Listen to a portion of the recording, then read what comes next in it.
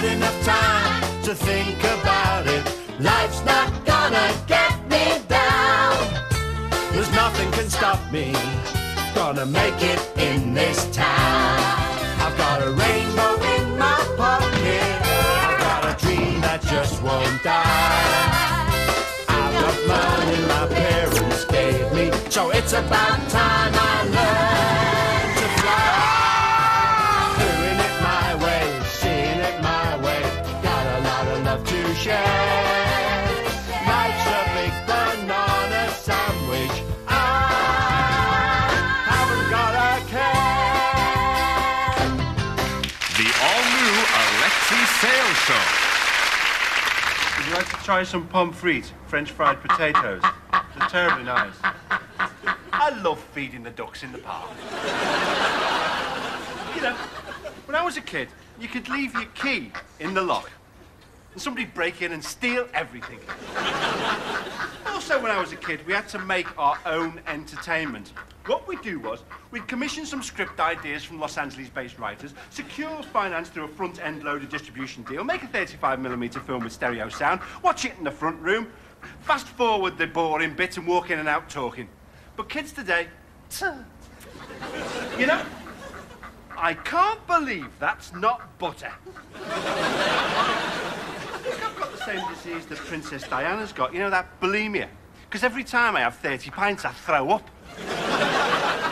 Isn't it embarrassing sometimes? You see some French tourist walking towards you. What's the first thing you do? You get out a jar of Bovril, you smear it on your crotch, and you start waggling your hips suggestively, and then you start sucking a parking meter. I mean, we've all done it, right? But why, oh, why do we do it? It's embarrassing. Or, you know, you take a party of Boy Scouts to the Strangers' Gallery at Parliament, right? As soon as the speaker comes in, you jump up, shout, "Hello, Mr. Popeye, come and sit on my Mars bar." I mean, we've all done it, right? But why, oh, why do we do it? Guys, you see a pretty girl, right? What's the first thing you do? You start snuffling like a pig, you do a backflip, and you join the Polish Air Force. I mean, we've all done it, right? But why? Oh, why do we do it? I mean, it's embarrassing. I mean, we're crazy, but we keep on doing these things.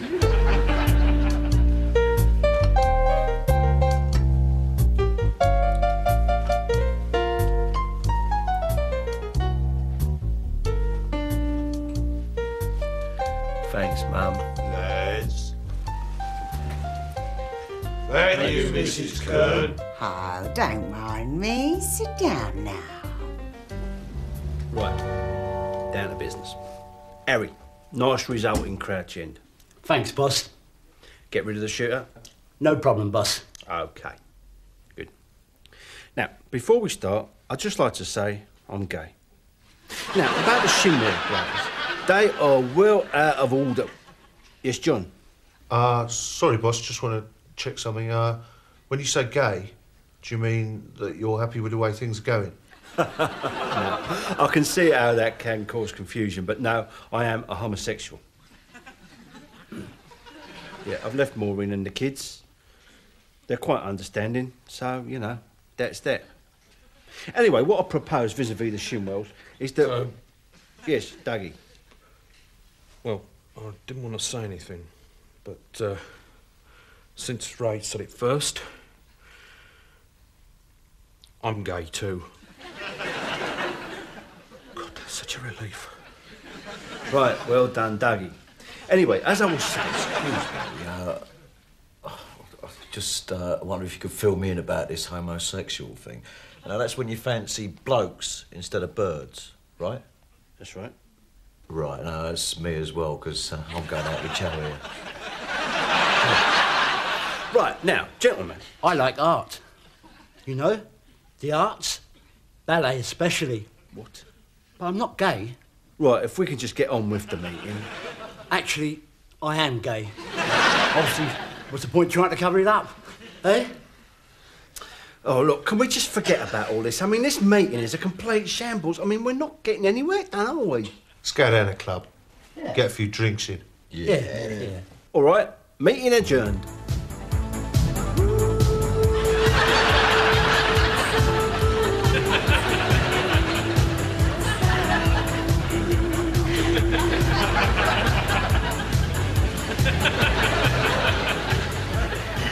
think the fact that most of the newspapers in this country are owned by the financiers and supporters of the Conservative Party is an enormous threat to our democracy. Now, the people who own these periodicals say that they don't use the enormous power of their publications to advance their own interests. Like buggery, they don't. If I had my own newspaper, it'd be full of headlines like, Alexei Sayle in giant knob sensation. New competition, spot the fat bastard. Win a shag with Alexei Sayle. I can't believe I'm not butter. You know, a few years ago, I actually had a column on the Sunday Mirror when Robert Maxwell owned it. And one of Maxwell's loony plans was this thing called Hands Across Britain. That was where people were going to join hands from Hope Street in Liverpool to Downing Street in order to end unemployment through some strange power.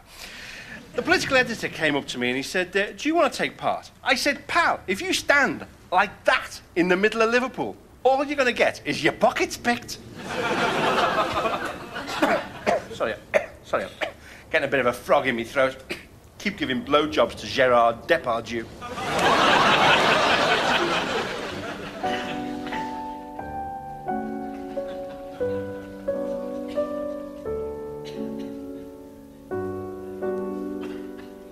You're looking a bit pale.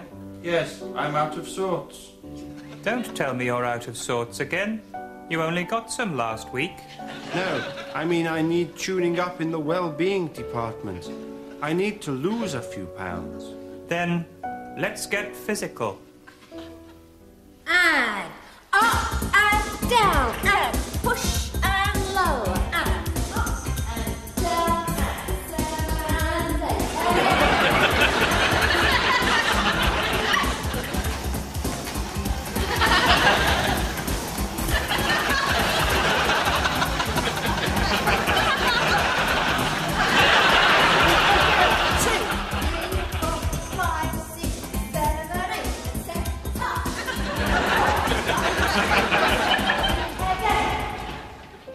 Well, I must say, you've certainly lost weight. Bill?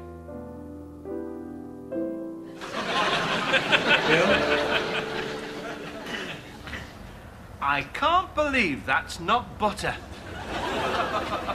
You know, a few years ago, the political and economic situation in Britain was very, very bad. So bad we thought it couldn't get any worse. Anyway, all the time we used to have these demos, you know, because of the situation. I was on this one particular demo, wandering through the streets, shouting, but with a load of people for a change.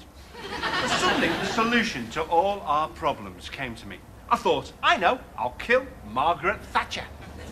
Now, I know you're sitting there and you're thinking, but Lex, assassination is merely a nihilistic act which strikes at one representative of a bourgeois state. There's nothing to advance the dictatorship of the proletariat. Well, it's worth trying it, eh? Give it a whirl. So, first of all, I tried to kill her quite subtly, and what I did was, I got a bottle of bleach and I sent it to her through the post, but I crossed off the warning about not drinking it. She was too clever for me. Quick as a flash, she wrote the warning back on. So finally, in desperation, I read about these Japanese suicide pilots during the war. Kamikaze pilots. Unfortunately, though, I couldn't get a Zero fighter. The best I could do was an S-Reg Toyota Corolla. So there I am. I'm driving down Whitehall, headband on, glass of sake, samurai sword, well, Stanley knife. Driving down Whitehall, I'm going, banzai! Salesman sitting next to me. It's a test drive. Saying this is Downing Street, right? Now, the thing about Japanese cars is they're not made using welding, they're made using origami, right? The production line worker sits there in Kyoto with a giant paper-thin sheet of metal. A bell rings, he goes, and there's a Honda Civic, right? So we turn to Downing Street, we hit the barriers at Downing Street, the car just rips open, the salesman goes flying through the air one way, going, yeah, she's got a sunroof, yeah. I go the other way, right? I land splat right on Margaret Thatcher. I think, right, I won't kill her. What I'll do is, I'll make some demands, I'll hold her hostage. So there I am, right, got hold of Margaret Thatcher. I whips out me Swiss Army penknife and holds it at her throat. Well, I holds the can opener at her throat. I'm going, bastard. I get out the device for getting stones out of horses' hoovers. I get out the knife, I hold it at her throat. I say, all right, I'm going to kill her if you don't give in to my demands, right? I want more money for the National Health Service.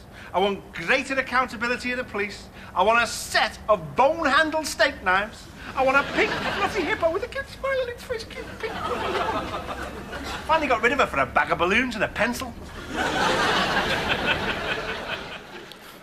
can't read this. Oh no, by putting on my magic glasses, I've turned from tough, decisive Alexei Sayle into gibbering jellyfish like John Smith, man. I'm off to the shops. Do we need any onions? Well, I don't know. That could be a problem. Oh, what's the matter now? Well, I mean, in a democracy, yes, we do need them, but they can cause a lot of trouble. John, do we or do we not need onions? Oh, onions! I thought you said unions. Do we? Well, I suppose in a democracy, yes, we do need them, but they can cause a lot of trouble. They're quite spicy. Must the Major have any onions? I don't know, really. I mean, they make you cry. All right, we had a technical breakdown. Where's that bloody warm-up man? Where's Bobby Chariot? All right, then, I'm Bobby Chariot, top warm-up man. Here, how you diddling? Bloody sod you, then. All right, I'm the warm-up man, right? I'm here to keep you laughing through all the technical breakdowns, you know, keep you laughing while the stars finish snorting caviar or whatever he's doing, you know. I'm a top comedian myself, actually. Got my own show on Radio Middlesbrough. Chariots of Fun, it's called. Anyway, right, I'm going to tell you... Oh, mate, don't have the chopped Zambezi in the canteen. It's a killer. Oh, God. Anyway, right, mate, going to tell you a joke, as there's a bit of a technical breakdown, you know. My wife came home the other day, right, and she said, Bobby, I've won the pools. Pack your bags. I said, great. Shall I pack winter clothes or summer clothes? She said, pack both and bugger off. She did, actually. Kicked me out, my wife, you know. Separated me from my kids and that, you know. So I'm a bit depressed. I'm sleeping in my Jag now, you know, and I'm on pills for my nerves, and I'm very depressed, you know, with everything. I mean, you'd be depressed if you were sleeping in your Jag with an indicator stalk in your ear all night, you know. Bobby, we're ready to roll. Oh, OK. All right, then. Well, they're ready upstairs for us now, and they've got some great sketches for us now, and I don't bleed and think. When I was a kid, a lot of the map of the world was pink. That's because I'd spilt Ribena on it. But a lot of the world did belong to the British Empire. And after the Empire broke up, a lot of the countries within it actually split up themselves or changed their names. Tanganyika and Zanzibar joined together and became Tanzania. The Gold Coast was renamed Ghana. And Northern and Southern Rhodesia split up. One half became Zimbabwe, and the other half became Fat Larry's band. A big hit in 1979 with Zoom, which was #1 all over the world. But as a British lefty, I suffer tremendous guilt for the atrocities committed by the British Empire. You know, I might be in a curry restaurant and I'll say to the waiter, well, I'll have tandoori chicken, pilau rice, an onion bhaji, and look, I'm really, really sorry about the Amritsar massacre of 1919. And he's going, that's all right, mate. I'm from Wolverhampton. But I do hold you personally responsible for Tom O'Connor, though. And a lot of my Scottish friends, they actually try and blame me for atrocities that the English committed, you know. Like we'll be driving through the Highlands and they'll go, see that glen there? That's where the English put to the sword 200 men, women and bairns. Ah! I think it's a bit strong trying to blame me for that. I mean, my ancestors were in a Jewish ghetto in Latvia at the time of Culloden. I mean, as far as I know, the Duke of Cumberland didn't have a regiment of the King's own Highland Hebrews with him. It's good, this show, isn't it? It's both educational and entertaining, just like a Bruce Willis film. Now at last, TV Disc presents a unique chance to discover a world of music. Together for the first time in one collection, every song ever recorded. Where were you when you first heard this? And remember this? Yes, every song ever recorded is a priceless treasure trove of memories. From Dana's All Kinds of Everything to Enrico Caruso's unforgettable Vesti la Giuba, Chaz and Dave's Gertrude, and everything else they've ever done, including never-before-heard unreleased demos.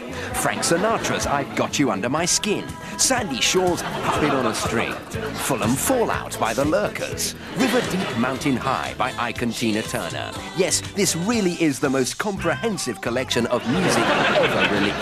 Every song ever recorded is available on 10,000 albums, 7,000 cassettes, or 1 CD for only $9.99. If the lines are engaged, please call again. But do call.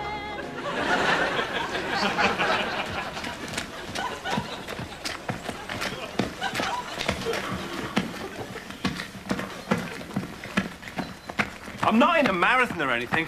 I've just got weird friends. You know, I've just started marketing my own brand of shampoo. It's called Alexei Sayle's Wash and Go Bald. See, that's not true. It's just a joke. I'm always telling jokes. I think it's a way of attracting attention. Hey, missus! Hey, you! Hey, look at me! Look at me, you! Hey! So's that. It's a degrading business, this, isn't it? Comedy, you know, dressing up in stupid suits and running about. I mean, are you laughing at me or with me? I mean, they laughed at Arthur Askey, and history has proved them wrong. Oh, my God. You're not laughing at all. Look, hey, look, laugh at me. Look, funny man. Funny man. Funny man. Laugh at me. Hello. I am not a free man. I am a number. Men are terribly funny about sex and their sexual organs, aren't they? I had this friend who had a musical willy, and he never let me hear the end of it. A lot of young men have fantasies, don't they? Like Summer of 42 fantasies, where they meet an older woman and over one sultry summer, she makes them a man. I met an older woman, and over one sultry summer, she made me a pot noodle. But the old have so much to teach us, don't they? My grandmother was full of wise sayings. Never trust German foreign policy in the Balkans, she used to say. And she used to say, oh, the Lord giveth and the Chinese take away. And she used to say, a single point of light emanating from a source is not distributed over finite volumes, but exists in a cyclical quotient. So wise. Still not convinced? Then let the Osmonds persuade you in their own inimitable way. Also including David Bowie's Life on Mars, Ambrose and his orchestra's Gentle Springtime, the Dublin business. I've got one of those waste disposal things here in my kitchen. And people say that you should never, ever, ever run your waste disposal without first turning on the cold water tap and keeping the water running through it. That's what they say. Never, ever, ever run your waste disposal without having water running through it. I've always wondered what would happen if you didn't do that. So one afternoon, that's what I did. I turned on my waste disposal, but I didn't turn on the tap. The next day, the Gulf War started.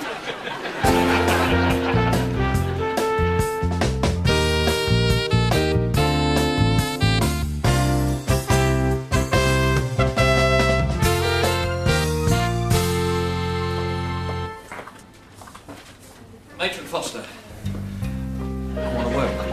If it was about this morning. Yes, I've been thinking about it, and I realise I was wrong to lose my temper. Yes, well, we were both a little emotional. Sometimes the pressure... Let's just forget about it. Matron Foster, just a second. There's one thing that still troubles me. Yes, Doctor? If Long-Haired Lover from Liverpool was a solo #1 for little Jimmy Osmond, why is it still included in the Osmond Brothers' 5 #1s? It was technically a solo single for little Jimmy. Yes, but because now, listen, but because he was still a full member of the Osmonds when it hit the top, it counts as both a solo #1 and an Osmond Brothers chart topper. Anyway, the Osmonds are proud. Matron, the new administrator's just arrived, and he's going to make sweeping changes.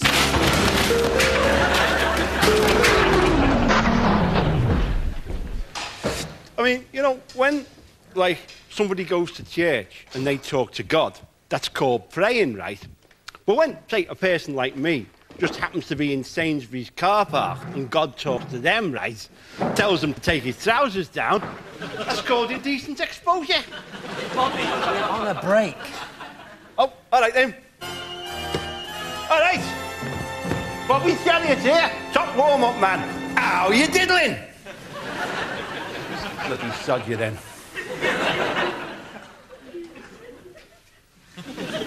Here, who wants to see a photo of my whippets? Lovely dogs they are, absolutely lovely dogs. And we're back. Oh, shit. I hate zoos.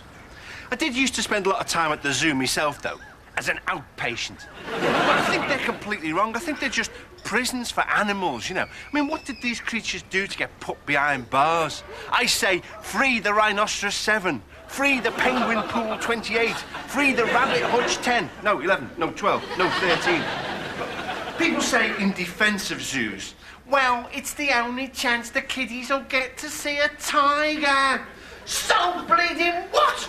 People who live in Croydon have got no right to see a tiger, any more than people who live in Kenya have got a right to see a Chelsea pensioner. Yes, well, we had to round up all the veterans in Nairobi and put them in a cage, because it was the only chance the kiddies would get to see an old git in a red suit.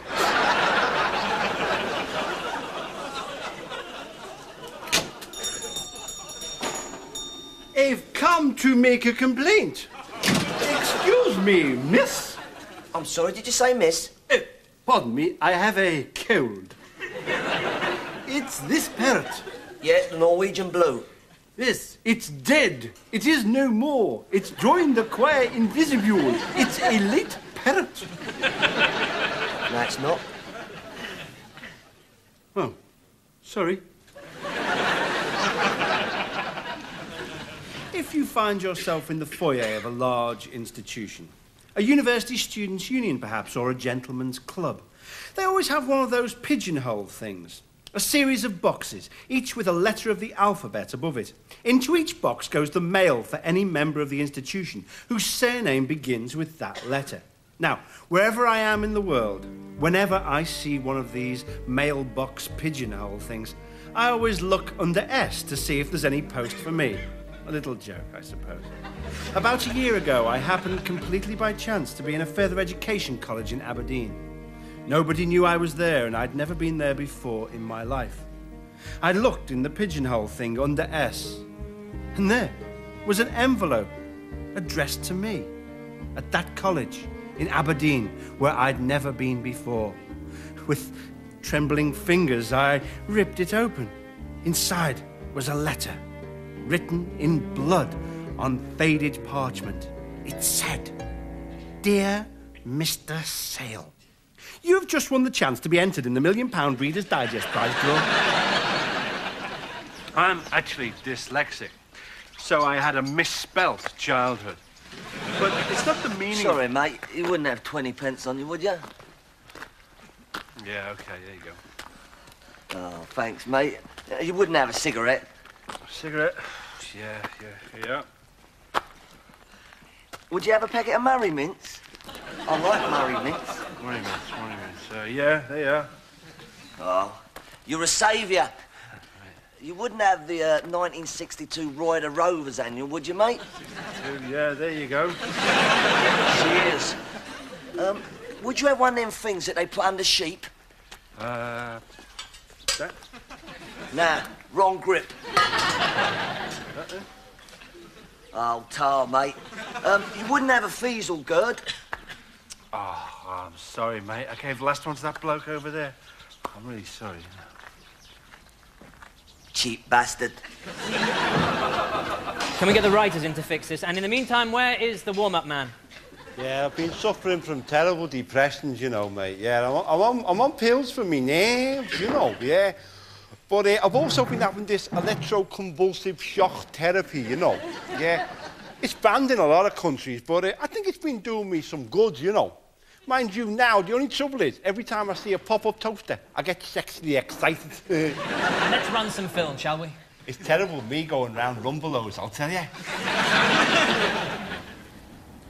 One of the things I hate is comedians who hang about year after year telling the same jokes year in, year out. You see, comedy's for the young people, young ideas. You won't catch me hanging about telling the same jokes, stopping young comedians coming up. I'd be happy to step aside. And, what was I saying? I'd be happy to step aside. Oh, look, it's Alexei Sayle. Wow, it's weird, isn't it? Even though he does all this comedy stuff, he'll always just be known as Mr. Whitney Houston.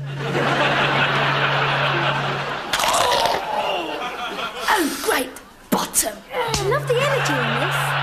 And this week's winners of Have I Got News for You are Ian and Anne, who have a flaccid Oh, look, it's television's Mr. Sex. have a flaccid 16, and Paul and Peter, who have a fully erect 17.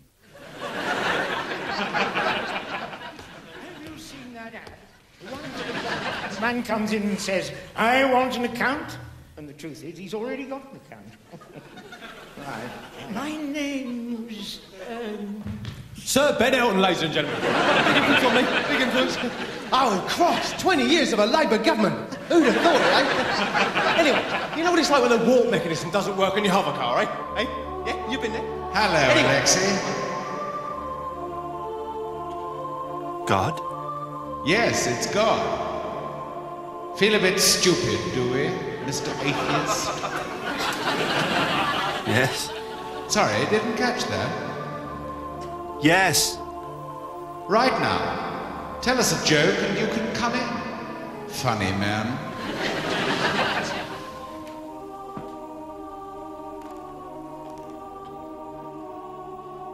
What's brown and sticky? A stick. Now, I will send you back to Earth. But you must reduce your fee for the new series. Reduce your fee. Reduce your fee. Reduce your fee. If you have a key ring, take a look at it. Isn't there one key there that you don't know what it's for? You know what the rest are for. House, garage, work desk. But this one, you've no idea. I've got one on my key ring. It's an old key, worn slightly by time, and I had no idea what lock it fitted. But wherever I was in the world, if I saw a likely lock, I'd try the key in it. About 2 years ago, I was in the old part of Frankfurt, and I passed an aged door in a wall. I tried my key in the rusty lock. It turned. Through the door was a secret garden of extraordinary beauty, and beyond that, a house. I tried the lock of the mighty door of the house, and again the key turned. Inside the hall of the house was a mahogany table, and on the table, a locked box. Again the key turned. Inside the box was a letter addressed to me, even though I had never been there before in my life. With trembling fingers, I ripped the letter up. It said, Dear Mr. Sayle, you have just won the chance to be entered in the Reader's Digest £1 million prize draw. Prize draw, prize draw, prize draw, prize draw, prize draw. Oh no, it was all a dream. I'm not a big TV star after all. Oh well, back to the grind of everyday life, I suppose. It's time for your whipped cream bath, Alexei.